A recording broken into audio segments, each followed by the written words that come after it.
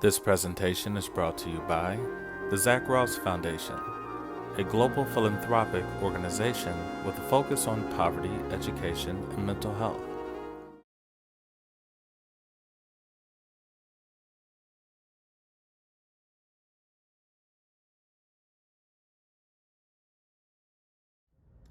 Hello everyone, I am Professor Zach Ross with the Brennan School of Business at Dominican University, and this is the International Business Environment. In this course, we will cover topics like globalization, corporate social responsibility, global economics, political and technological framework, ecological framework, country attractiveness, as well as other topics. So I hope that you enjoy this course. Thank you for watching.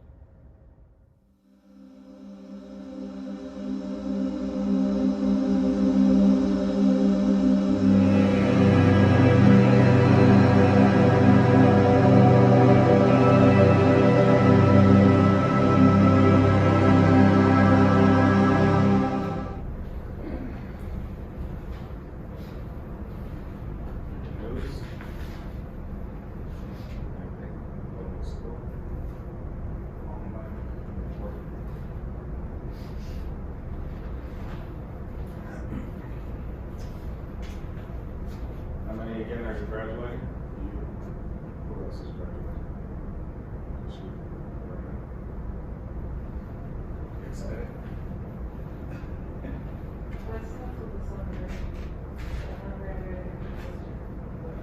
You're graduating in December? Okay. Well, will you be done with classes in May? Or you still got another class to take in the fall? I still have. Okay. You taking any over summer? Okay. Yeah, I think I used to kind of knock out these like 2 courses over the summer.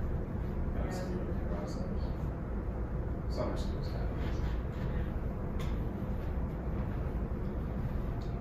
All right, we'll go over the rest of sociocultural framework and then kind of just review the midterm, just what's to be expected. And maybe at the end of class, I was thinking about doing something different. I was thinking about looking up a couple investment properties up here, kind of gauge them on whether they're profitable, good investments, bad investments, or something. Just to give you an idea about real estate, for those who are interested. Maybe starting a business in real estate or working in real estate in some way, domestically, globally. Anyone here ever been interested in real estate in any kind of way? What way? Well, I just thought, I know a lot of people who buy houses, and I don't know about working on because I think there's a lot of time, but just renting it out. I feel like a lot of storage people need some of those just bring with that. Yeah. And I'm interested in it, but I don't know where to start or anything like that. Yeah, flipping houses, that's not my thing. Yeah. I've never been interested in it. But I do know people who do it. Because there's some people who are just passionate about, taking an older property or property that needs work. They like the building process, they like that whole process, making something different. But there's a lot of opportunities. Even really, if you think about it, even as a CEO, a high-level executive, you're going to be looking at properties where it's going to be leasing, a new property, new facility, new production, new retail space. Now you're going to understand some contracts, the best leasing agreements, and terms you can get. But to be honest, real estate is probably one of the easiest businesses to get into. You're not drafting up like from scratch. You're not doing things really from scratch too much, like mission statements and all this different things, because there's a lot of information that already show you if properties are valuable or not. So I was telling class at the beginning, after we do the midterm review, I might look at a couple properties where we kind of gauge if they're worth investing in. One of my next ventures, probably in 2022, is to open up a luxury boutique hotel in Italy. And so maybe we can look at a property also in Italy. Getting the information, the financials, a little bit more difficult than just here in the United States. But Italy has a very strong market for tourism.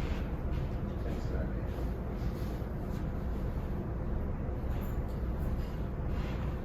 All right, cultural differences. What's the purpose of culture? What do we think? What's the actual social purpose of culture?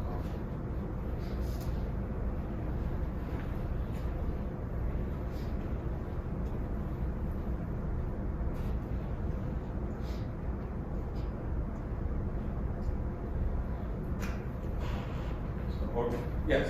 Just like pass on like the history and just like the history of the customers. Yeah, just to create sort of a historical, timeline. It's a recording device, right? But it's also just a way to organize human beings. We all want to identify ourselves as particularly unique individuals, but for the most part, we're all part of bigger cultures that kind of make us what we are. How we talk, how we walk, how we dress, our behavior, where we go to school, how we make decisions, what kind of car we drive, what kind of government we do. What about subcultures? Do we know what a subculture is? Can you kind of give an example of what a subculture is? Any subcultures we know about that we see people in here in Chicago?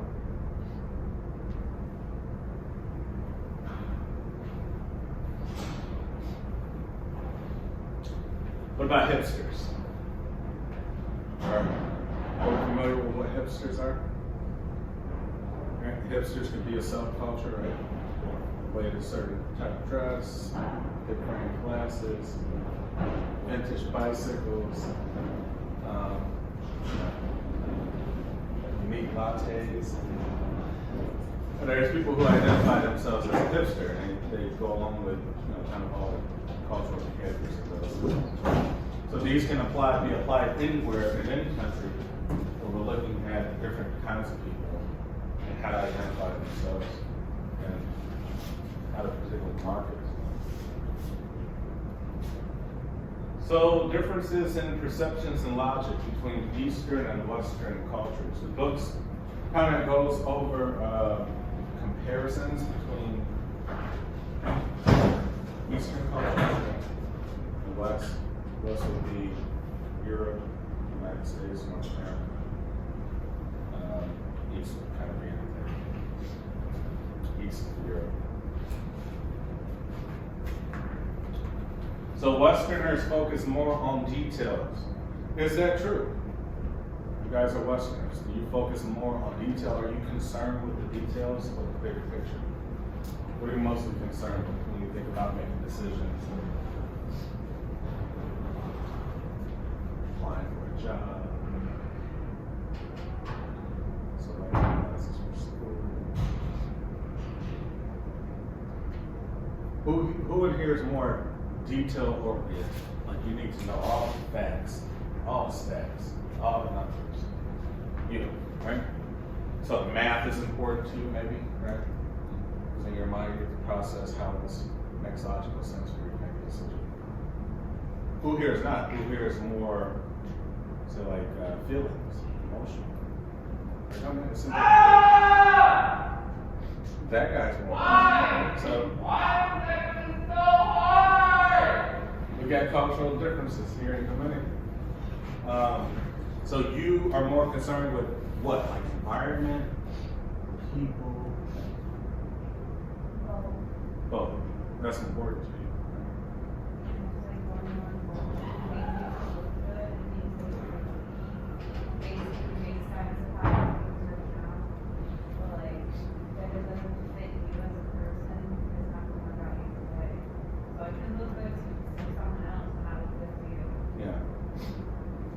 So you would kind of be more broader perspective, right? Whereas kind of be more detailed. So Easterners focus on the whole picture. Kind of like, why does this make sense? More philosophical. Like, why does it make sense? What's the purpose? Whereas us Americans are like, who cares about the purpose? I just want to make money. I just want money.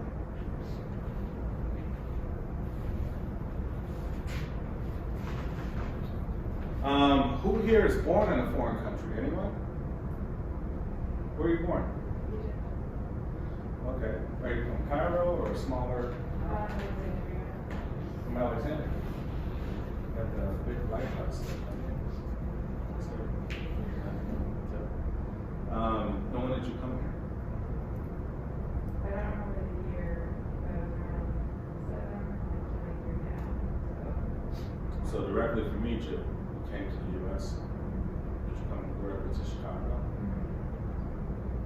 What are some major cultural differences between that you can even remember, or just in your family, like your family now?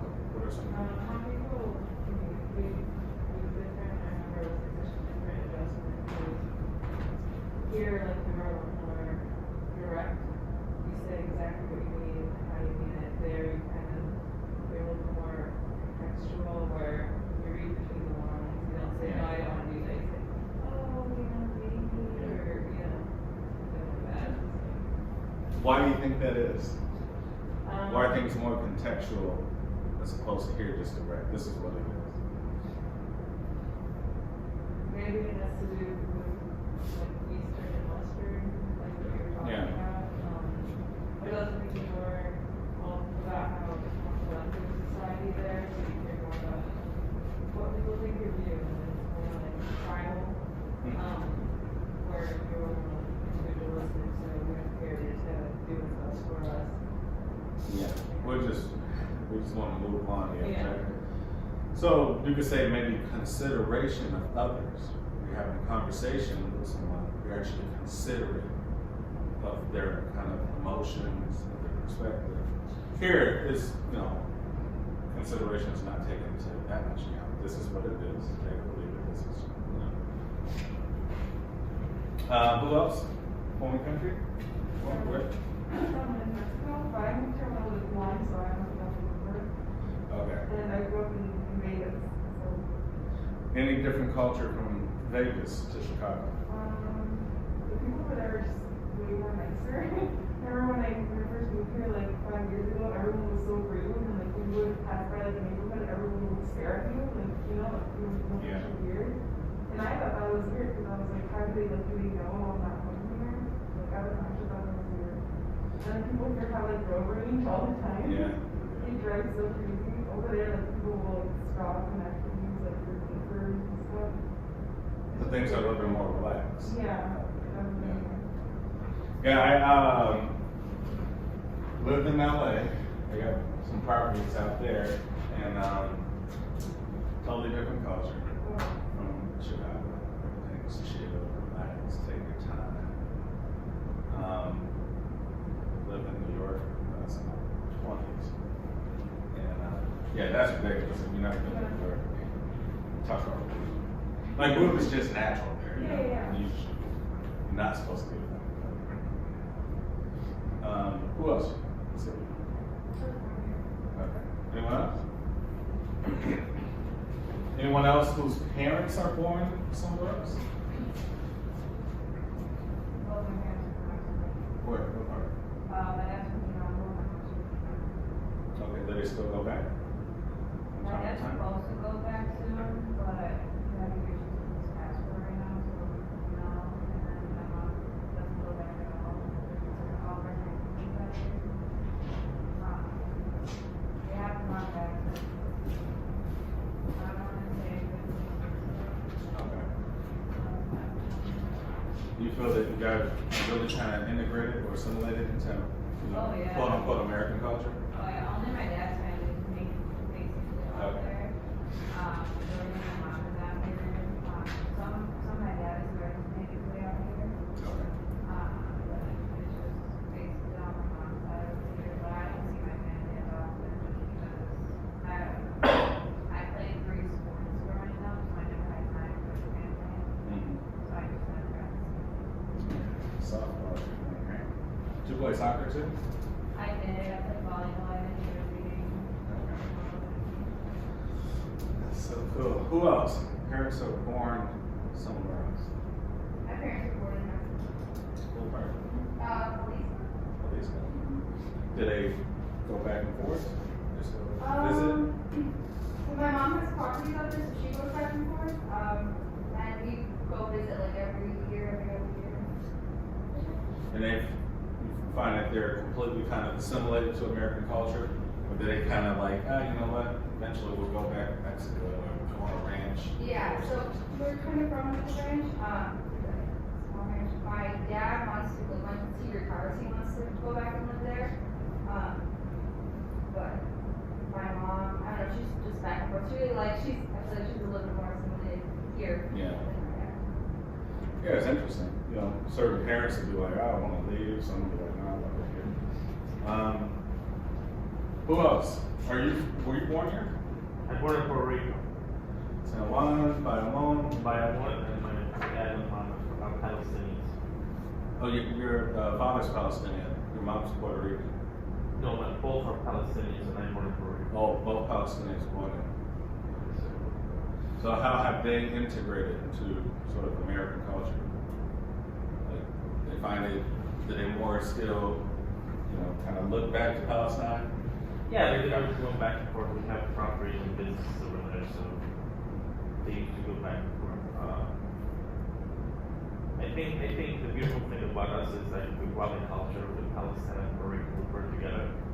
Like the funniest thing, like for example, when we have like a dinner, family dinner, my mom's food tastes like Puerto Rican food, but it's Palestinian. Okay. So it's kind of funny. Yeah, they kind of blend in, right? Yeah, but listen, she used like the season, the Puerto Rican season and stuff, so that made it so cool. I didn't work here, they didn't show that. That's pretty cool. Oh, my mom was born in the Philippines. Oh, wow. Manila or smaller? Like a little small. Okay. How did she end up there? So my grandma married a guy in the Air Force, and then they got married like right there, and then they had a baby right over. And then right when they came over, they divorced actually, my grandparents, and then my grandma raised my mom, but like she completely adopted like the American culture. She like left all of her like European culture away and just kind of like adopted the American culture. Oh, wow. So like I know nothing about it. Nothing. They don't bring any like cultural elements. She didn't even teach my mom like the language and all that stuff. My mom like knows nothing about it. You guys' parents are from somewhere else? From Poland, from Warsaw or somewhere else? Honestly, my family's all around. To be honest, it's Okay. like my dad's side is like one part of my mom's side. So they're located everywhere, basically. Did they bring a lot of the culture? Oh yeah, definitely. Polish school is a thing. Yeah, Chicago has a huge Polish community, Mexican community. So it's interesting. But we are rude, you know, Chicago. People in the Midwest are particularly rude. People in the Midwest generally think they're better than what they really are, you know, which is weird. Last year, my roommate was from Hawaii, and I was asking her, like, how did you end up here? She was here for softball, but she ended up not playing. Because that's what she was in, like, the environment, and I was just asking her a bunch of questions. She's like, I don't like Chicago, but, like, I like Chicago, but I don't like the people. Like, everyone's just so much ruder and meaner and everything. Yeah. And I'm like, well, for me, because I grew up in the city, so really, I don't notice a difference. Like everywhere I go, I feel like people are weird because of how nice they are. Really? What neighborhood are you in? What grove? Little village. Oh, Village. So I was out there for a little bit. And then when I moved to the suburbs, it was so weird because everyone was so nice. Like, I don't know you, why are you talking to me? And I travel a lot for softball, like every new state, everyone would hear the way you talk. You have an accent, you know, I don't. And that's so interesting. You're like, you just drive 20 miles out and, you know, totally different kind of lingo, culture that people engage in. That's interesting about the food. When I went to Peru, they have something called chaufa. Chaufa is basically like Spanish rice, but it's really Chinese food. So the Chinese were slaves in Peru for like a couple hundred years, and they're like 30% Chinese in Peru. And so they kind of mixed the culture, so you get like Spanish rice and things and all these things. So like, think of fried rice, you know, mixed with Spanish food. So everywhere you go, you know, you find these subcultures or major cultures in a country, and a lot of times they're multiculturalism. We have the most multiculturalism here in the United States. Just things to pay attention to, just how people eat, how people think, how they communicate with one another. My dad is from Sicily. My dad's Italian, my mom's black.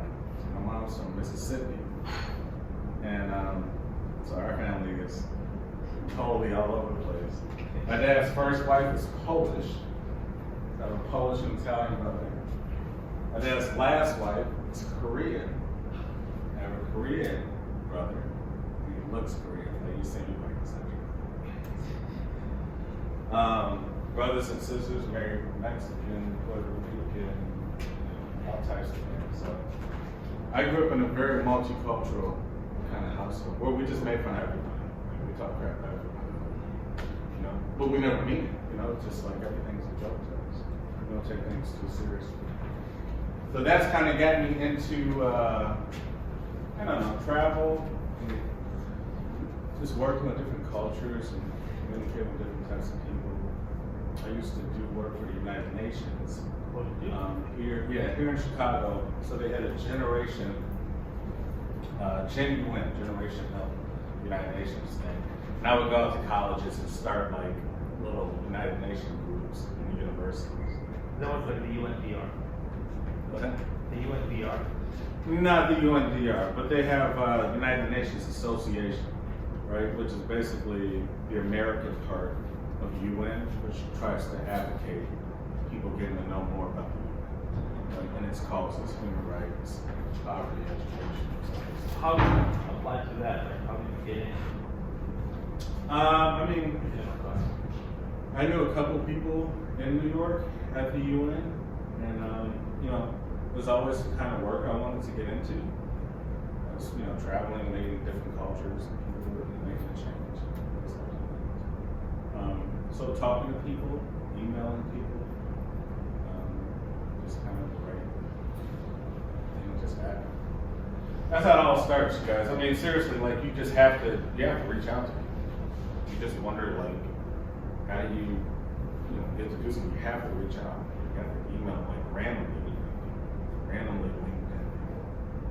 You know, and then they may either talk to you or they'll point you in the direction of somebody you talk to. You keep going down the chain, and eventually something will come out. But you know, when you're coming out of college, you kind of think like, oh, you know, I don't really know the process, what to do. To be honest, they don't teach you that. It's really just organic. I mean, you talk to people. People like you or like your ideas or like what you're about. Either they, try to help you out, bring you in, or go directly to someone else. So it's really just an organic kind of way of getting your job, the job you want, or a business, or investment, or some idea. So don't always think like it's just some mythical process. It's like most life is luck. But luck comes with actually doing something. You have to email people, you have to like randomly call or ask somebody that they know somebody. Yes, I said 70% of life is luck. The other 30 is like, your real work.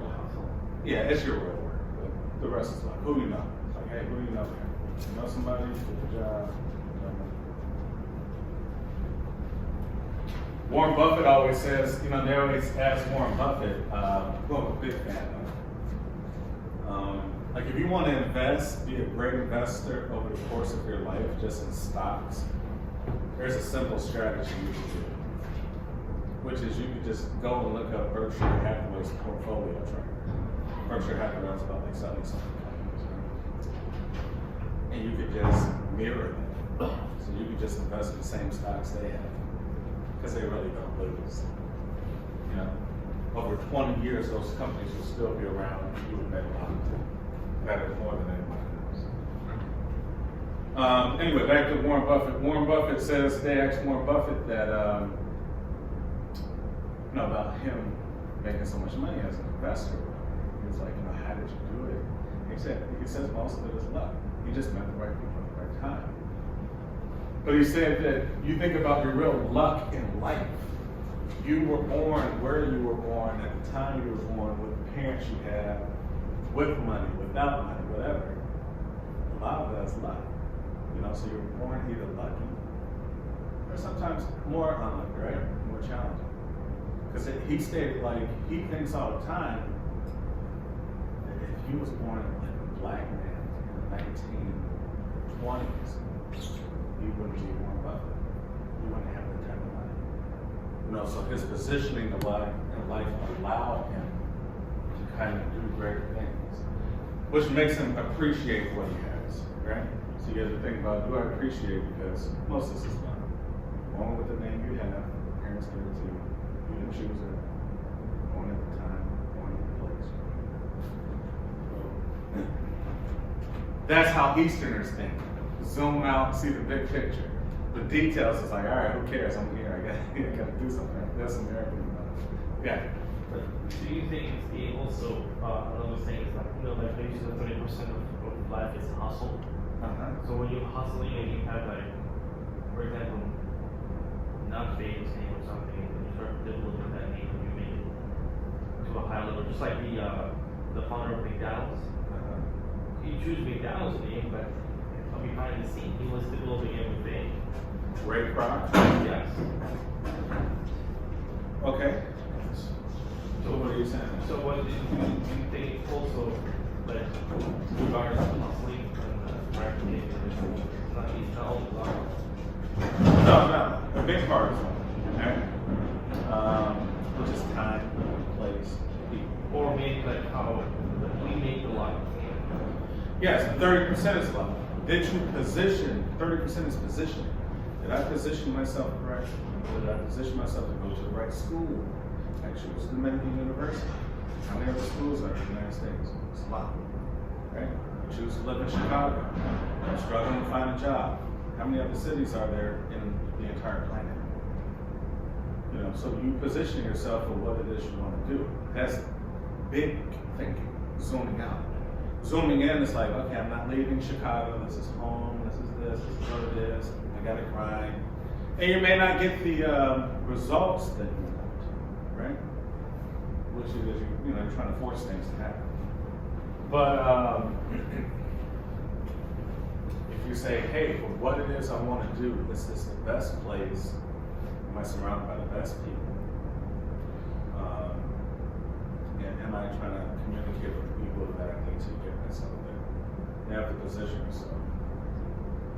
Position yourself. Which is kind of like planning, I guess. The old saying is poor planning leads to poor results. How well you plan. That might be part of the hustle. The hustle is a plan, like in your mind. You got a kind of life plan that you're going after. But the rest is luck, right? Somebody say yes, they say no, they help you.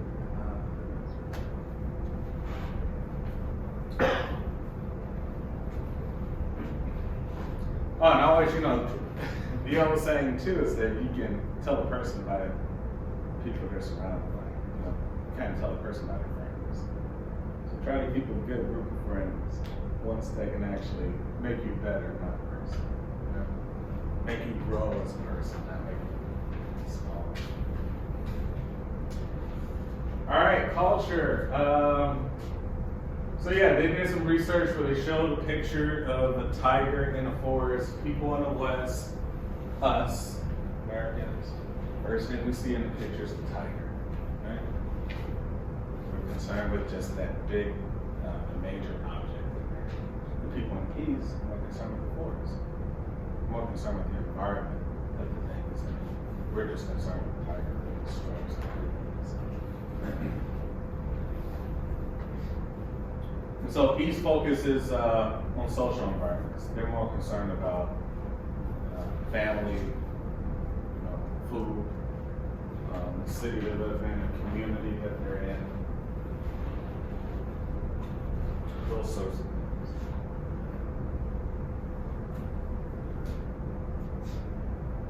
So in East Asia, social environments are more complex, collective, and constrained.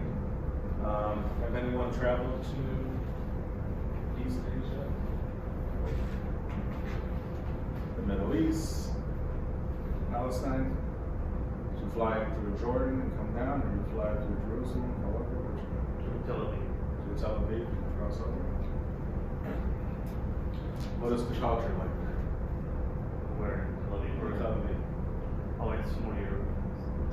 Yeah, more European, right? Yeah. Parties, clubs, Oh, yeah. restaurants. It's, I mean, Israel considered not a conservative country, it's just like more modern, open. Yeah.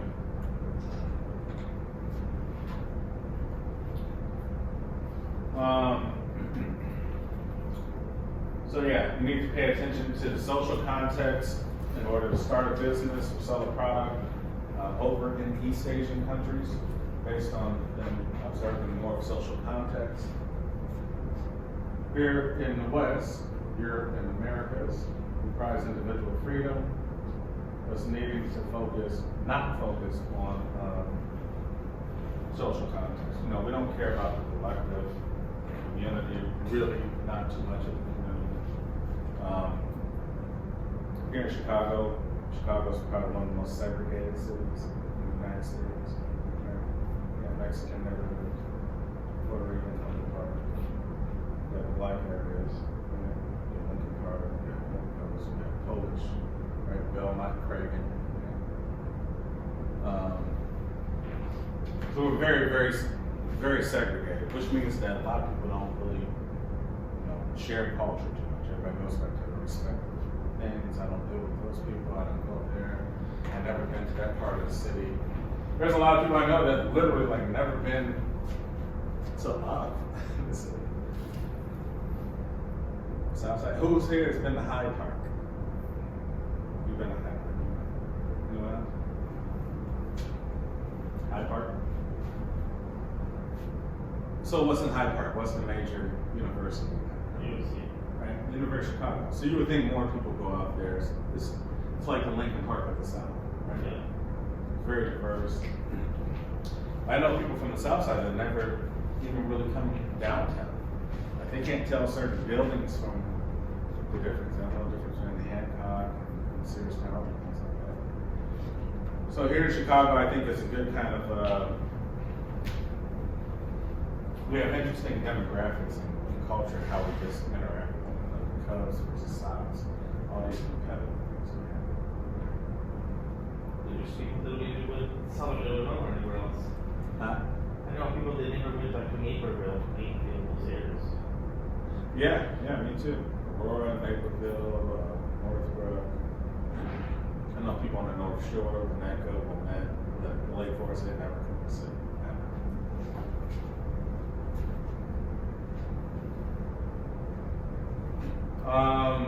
Also, our communication here in the U.S. is time response. They ask you a question, you don't give a quick answer, you're seeing that's untrustworthy, right? Over East, you're left to ponder, right? The Japanese respect those who take time to answer the question. The Russians do too, right? Even the Italians do. I remember my father, my dad lived in Sicily, went to New York, came to Chicago. He hung around a bunch of mob guys. So when I would go around and hang out, everything was how they talk is be very careful what you say. Very thoughtful. Don't say quickly. Because it could take the wrong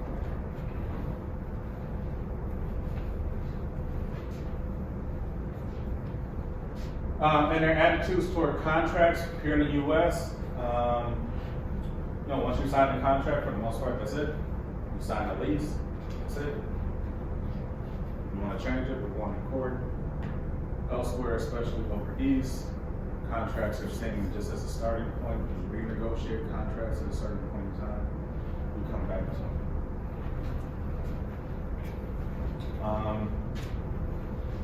Who here has ever signed a contract? Yes, go ahead.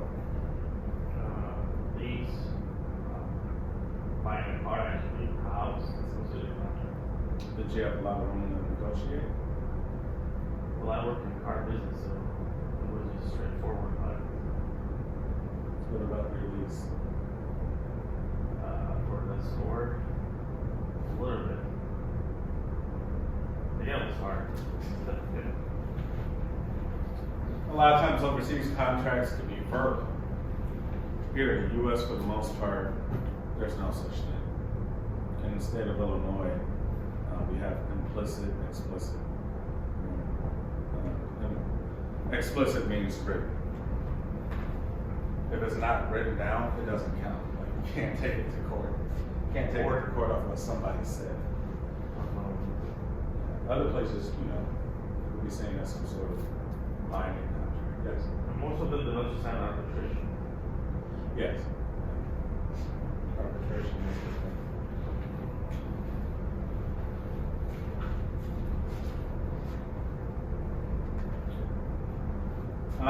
Business meetings overseas. We only have, well, here in the US and Europe, we have formal meetings. Things are very timely. Very, very timely. At 8 o'clock means 8 o'clock, doesn't mean 8 o'clock, 8 o'clock. In places like, actually in Europe, they're a little bit more relaxed. In Spain and Italy, they go on 3-hour lunches or whatever. They come back. Here in the US, you're like but things are more flexible. In Far East, in some places in Europe and Africa, things are very flexible. Here in the US, very succinct. Negotiations, Western people, we try to just look for the benefit for us. If we take that same approach to people over East or elsewhere, that could be seen kind of offensive. Kind of just like, oh, you're just really out for your own agenda, you don't consider anything in our negotiations. So even if you have the leverage, you might not get a deal. Even if you have the money, the capital, the leverage, you might not get the deal because you come up too aggressive. And then, I don't want to deal with that guy. Relationships are important. I said probably the most important thing is communication. How do you communicate?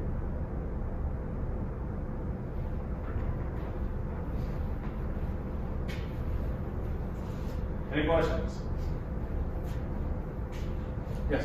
For communications, we're thinking about LinkedIn or those social business medias. They're helpful. Yeah, absolutely. They'd be helpful. I mean, most professionals use LinkedIn to communicate with one another. Sometimes you get people pointing, kind of posting more things, probably on Facebook or whatever. Yeah. But no, I think it's a good tool. Most of my colleagues or business associates are on LinkedIn, unless people just don't want to be out there. I know a lot of investors, they're invisible, literally invisible. I don't want anybody to know them, I don't want anybody to know their name. They have a ton of money in buildings and all these other investments and companies and things like that. So it just depends. Some people are very, very private, some people are more open. Would you think it's a good idea, like, to use something like a resume to send also your LinkedIn account? On your resume? Or like when you send Or in an email. somebody, like for example, in an email, Yeah. Yeah, I think it's a good way to present yourself. like considered professional. Yeah, that's professional. Kind of the standard. You want to see what you look like, see your education history, work history. Try to get a little creative about what it is you're looking for, you're trying to do. I mean, one of the best things you could do is probably send a cover letter for that particular type of job. Are you even interested in this job? also specifically are you interested in this position? Cover letters do a lot of good things.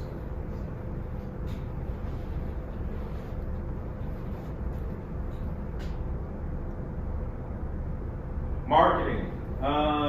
So going back to Hofstede's cultural dimensions, we were looking at power dynamics, individualism, all these factors. When it comes to marketing, individualistic societies were more direct in the U.S. Get quickly to the point. So when we see an advertisement, hey man, get quickly to the point. Don't make this too long. I don't want to see a whole, story about something. Just get quick.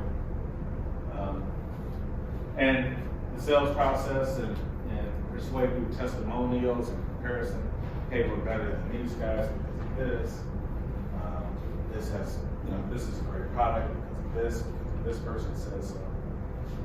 Where in the East that's not necessarily the case. They like emotion, drama. Give me a whole story on why this product changes my life or something. Create a whole kind of story. And that's how you get their attention. So yeah, they like symbolism.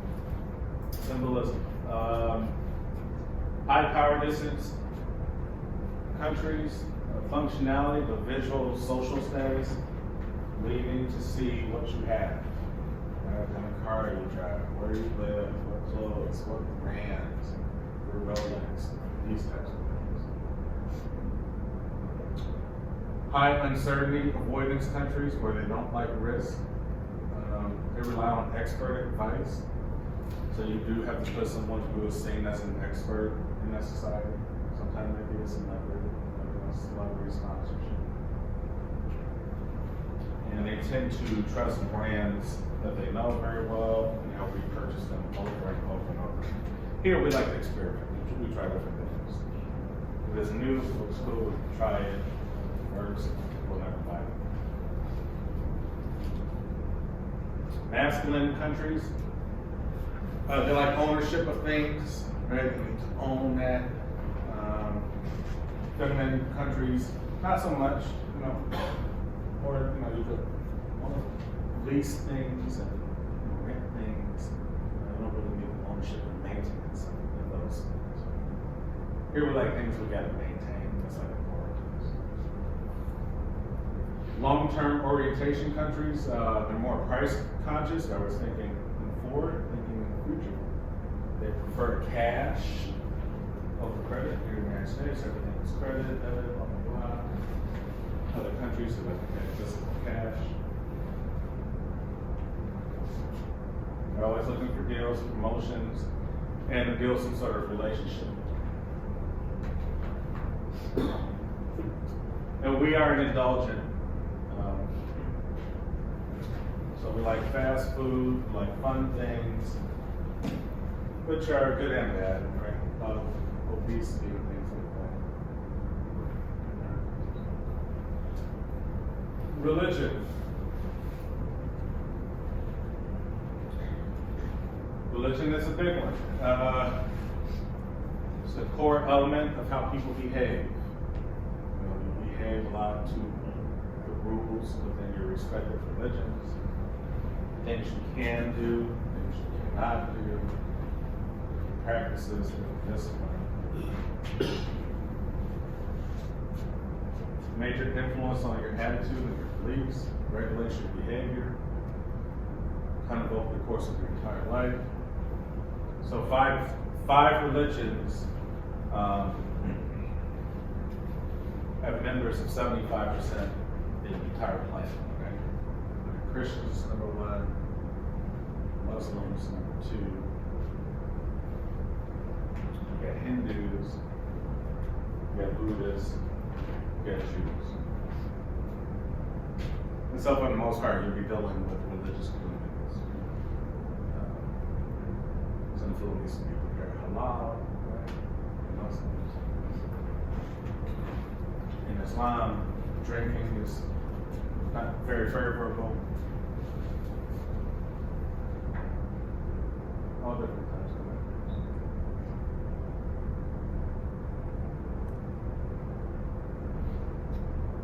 And the book also talks about some social models, liberal social, low tax, limited benefits, which are kind of United States kind of social model.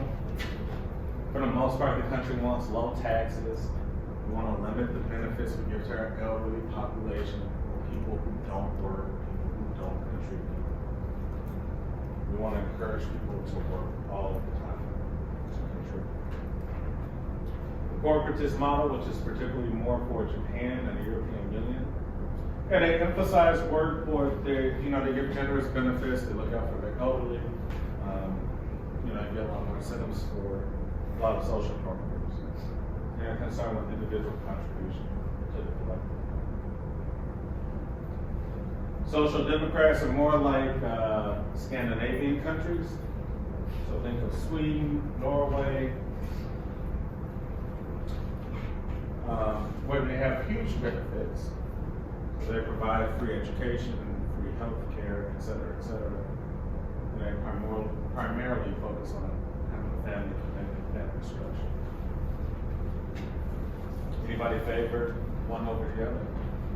What do we think about free education and free health care? Should we have that? Who wants free education?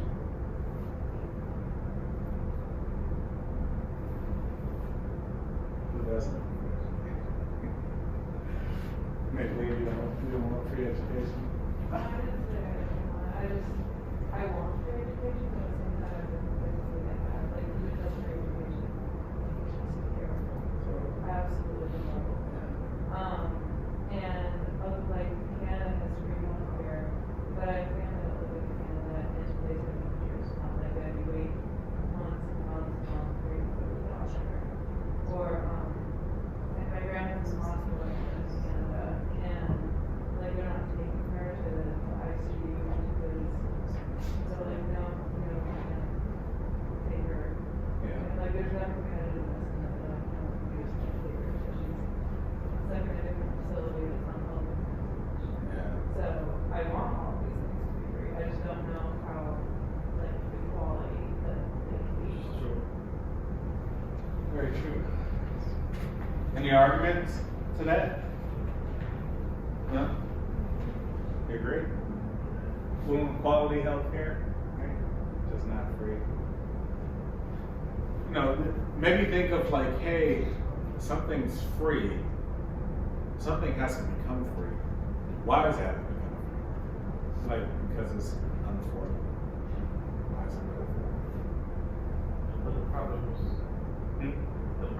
was actually working and earning a certain amount of money, we make less. I mean, it's good to target these big companies that make less and have people.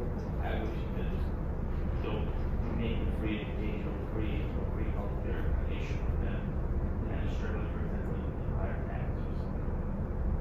Yeah, free healthcare and higher taxes, right? Free education and higher taxes. So the point I was getting to is, you should think of why it's unaffordable. Which is, like, lately in City of Chicago, I have family who has restaurants. And these restaurants were closed like most of the time. Basically, they just raise the taxes on them and dine in. The dining were closed all the time, so why would we do that? That's like an issue that could be emphasized to get into other things. Yeah. Yeah, it's tricky. It should be affordable. It should be absolutely affordable. You know what I'm saying? You should be able to work at Burger King and afford it. You should be able to work at Burger King and still go to the hospital. It should be affordable to a minimum wage standard. That just makes sense. The minimum wage regulated by the government is X, Y, Z. Then things like education and healthcare should be affordable. So why should you buy an $80 Tylenol bottle at the hospital that they charge you for? When Walgreens sells it for something's wrong, But those are issues with capitalism, right? It's great, yeah, we want everybody to have ideas, start businesses, all this. It's a gap. It's just made to have huge gaps. You know, it's almost impossible to overcome the gap. So it becomes just a recurring argument. Yeah, I never understood schools are just, you think all the new buildings and stuff they're building, I mean, like, oh, it costs $60 million buildings in the building, but like, how's it really help the students? They don't care about that building, it's what they learn. So I don't know, we'll see. Who's gonna run for office anytime in the future?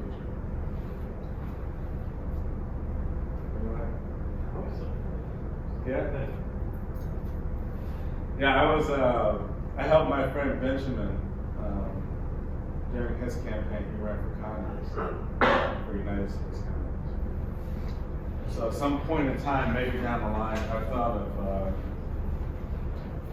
of maybe running for Congress some years down the road, try to help change some things. We'll see. We'll see how that goes.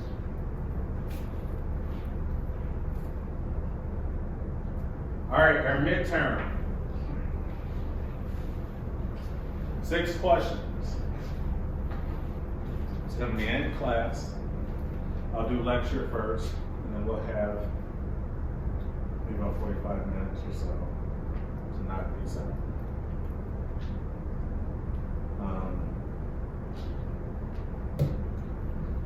So kind of one question per chapter. The first 6 chapters, all the way from globalization to assessing country attractiveness. I'll send you guys this. Just, you know, I'll put in the announcement on campus. And so these are kind of the open-ended questions, right? I'm going to ask you some different questions about locations of firms and products changing. Why will we change? Global economy implications for foreign trade, some of the pros and cons, analyzing global industries, kind of describing certain markets and industries based on the question. Nothing too crazy. I just want you guys to be able to think for yourselves. Global business environment, domestic versus international operations, corporate social responsibility, kind of theory on social responsibility, like what it is, how does it benefit, for or against, et cetera, et cetera. And assessing country attractiveness, reasons for foreign direct investment, some of the risks, and kind of your theories on internationalization. Why seek out other countries for business? And that's going to be it for the midterm. Any other questions? So what I'll do is everyone bring their laptops. Is everyone able to do that? And then I'll open it up on Canvas. We have 45 minutes. Go on Canvas. Submit. I'll close it out by the end of class. Next year. Make sense? We're lecturing for Millington? A very short lecture. Yeah. 10, 15 minutes. Just to get in to the next. That will be Tuesday. That will be Tuesday. When is spring break? March 7th. March 7th. This from what days to what day? Is it like an entire week? Monday to Friday? Anyone going anywhere for spring break? Going to Hawaii. You going to Hawaii? Oh, really? Yeah. Honolulu? Yeah. Maui? Yeah, that should be nice. I wanted to go to the Dominican Republic, but I'll see. Mexico's open, right?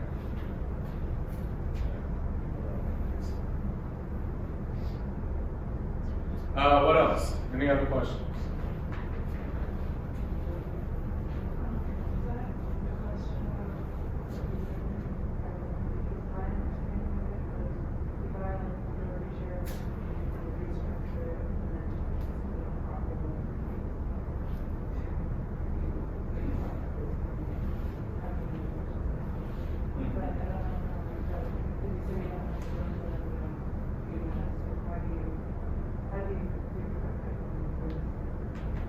Oh, yeah, I was gonna get into that.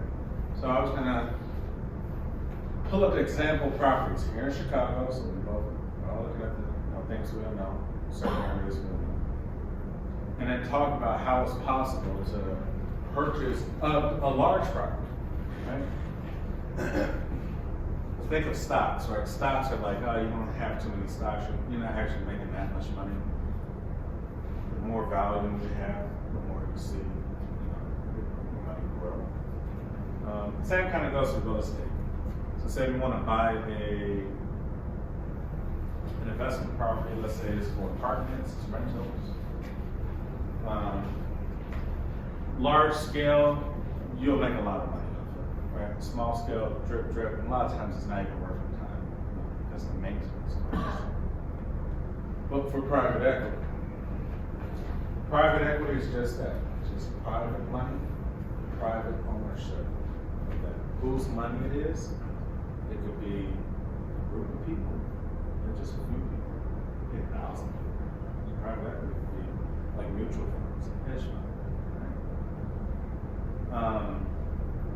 Now you're saying in terms of like buying a property, you could say private equity, you could do a fund like this, which is kind of what I do.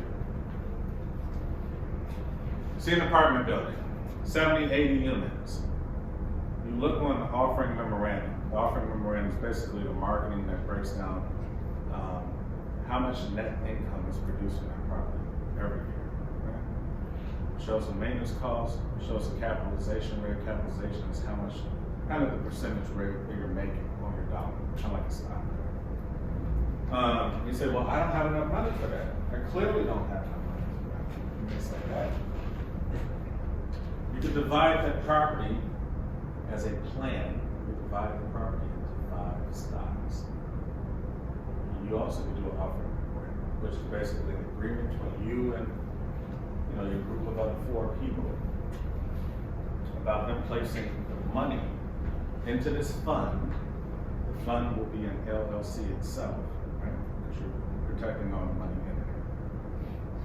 there. And you purchase that property, everyone will get a cut and share of money, but you also have terms. So certain people can pull out at certain times. Some people can just stay in, reinvest their earnings. You can go about it a lot of different ways. So that's how a lot of the big kind of funds do it. They're partnering. They're partnering with several people who have money. And they have ownership. So their percentage and the ownership is what they get back when they cash out, and the percentage of the income that's made every year based on the ownership. So if they own 20% of it, property, they get 20% of all the income. So that's typically how it's done. That can be done also too with companies. So the same thing, they do a group, they only get X amount of people in, or even companies. Like your partner doesn't have to be an individual. But that gets into the legal side, because for the most part, the law states that you can have 5 people before you typically register with the SEC as a fund. That's like an investment vehicle. So if you can do 5 or less, you can avoid all of that paperwork, all that regulations, all of this and that.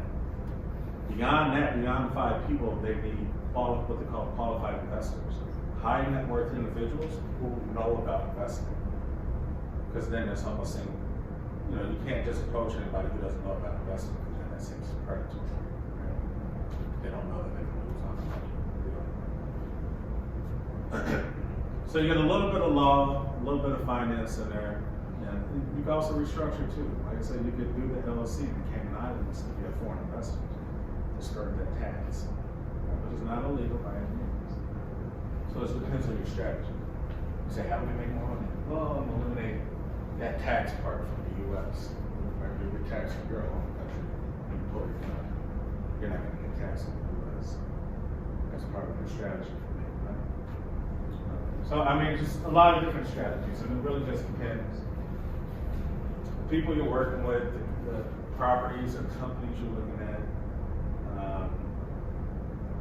just really the deal. Just, did you find a good deal or not? The deal has to be lucrative on paper. So yeah, typically they'll do each property as an LLC, each company they'll buy in there as an LLC to protect themselves. So that's private. It gets a little bit more trickier too with some other vehicles. Yeah, but you can't lose your money. So think of it like a stock. You know, the company doesn't make money. You own 50% of the company you bought into it. So you watch Shark Tank, right? Hey, I want this. Guaranteed royalties. Why? Up to $1 million, because if you don't make money, I'm gonna get all my money. Yeah, so you gotta find a deal and the right people.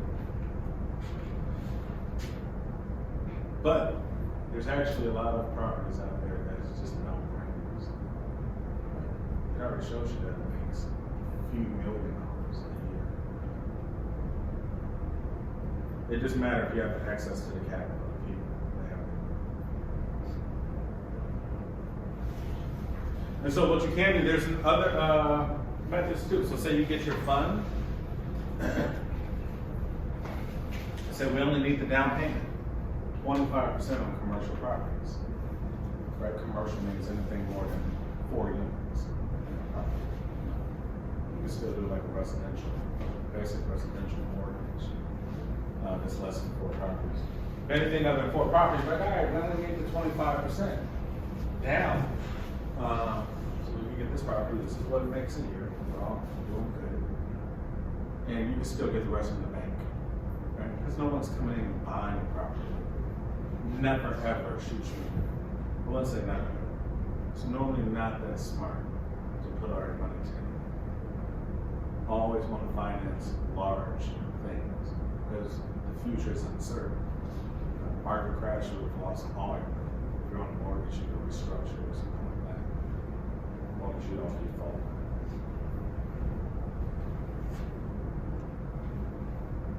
So quickly, we'll look at. Like I said, real estate is one of the easiest kind of businesses to start, you know. You can just buy a residential property. 2 flat or 3 flat or whatever, make some rent off it. Typically, my theory was always like, I don't get why, remember we said an asset is something that produces an income, right? If it produces an income, it's an asset. Even if you have debt on it, you know, a mortgage. If it produces an income, like a rental property, is considered an asset. If you live in a home, you don't have an asset, you have collateral.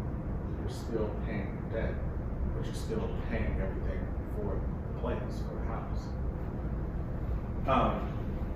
So typically, I think you should live where you rent. Others are paying for you to live there for free. You get it? In essence, they pay your water, electric. They're paying your mortgage, you know, and your taxes on real estate. But I guess, you know, a lot of us haven't been taught that, right? Like the best place to live is probably your own building. Buy yourself a 2 flat, 3 flat, take 1 unit, rent out the rest. You never have to work to hang your money. You got a place to live. And it's yours. So there's something to think about.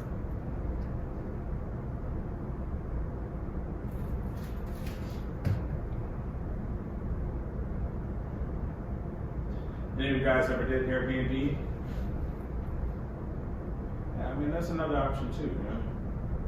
You do Airbnb on your own property. Which is in essence like you kind of being entrepreneurial, you're starting a business, you're making an income. You have an asset, you're producing an income.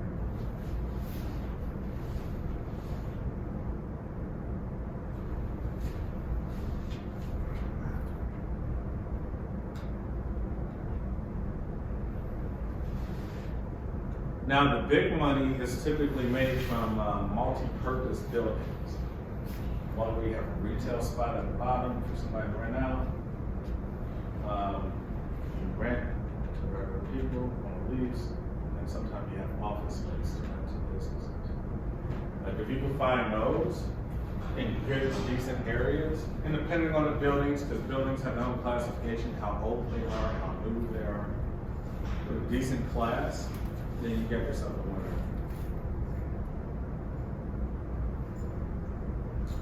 Why is that showing up?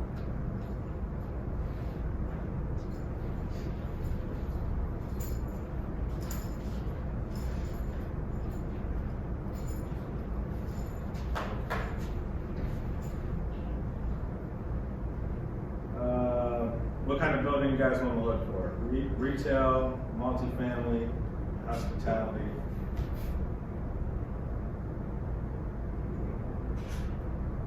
Retail? No, let's do multifamily first, just to start something.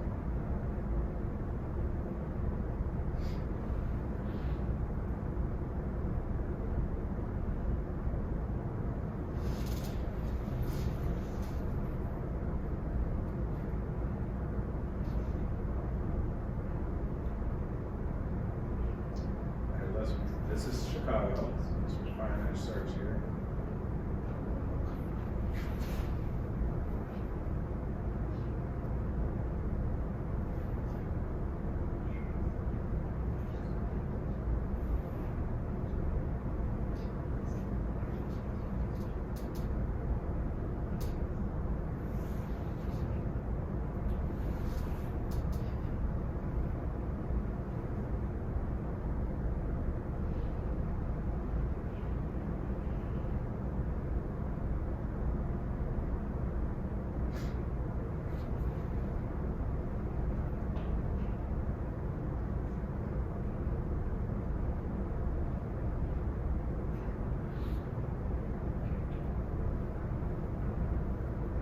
I want to find one with an operating memorandum, which actually shows the breakdown of how much you're going to be cost.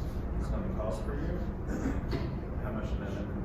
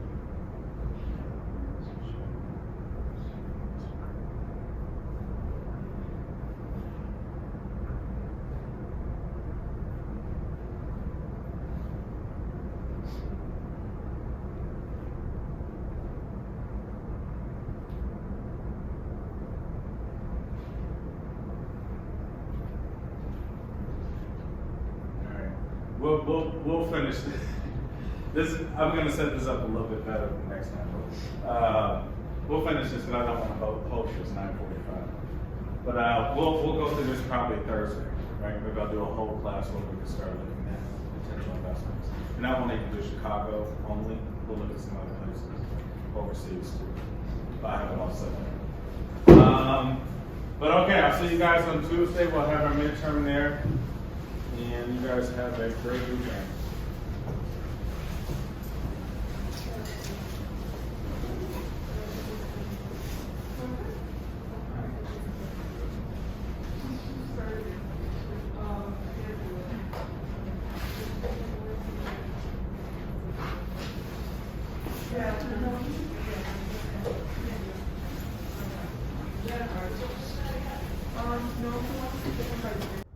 Once again, this has been the International Business Environment.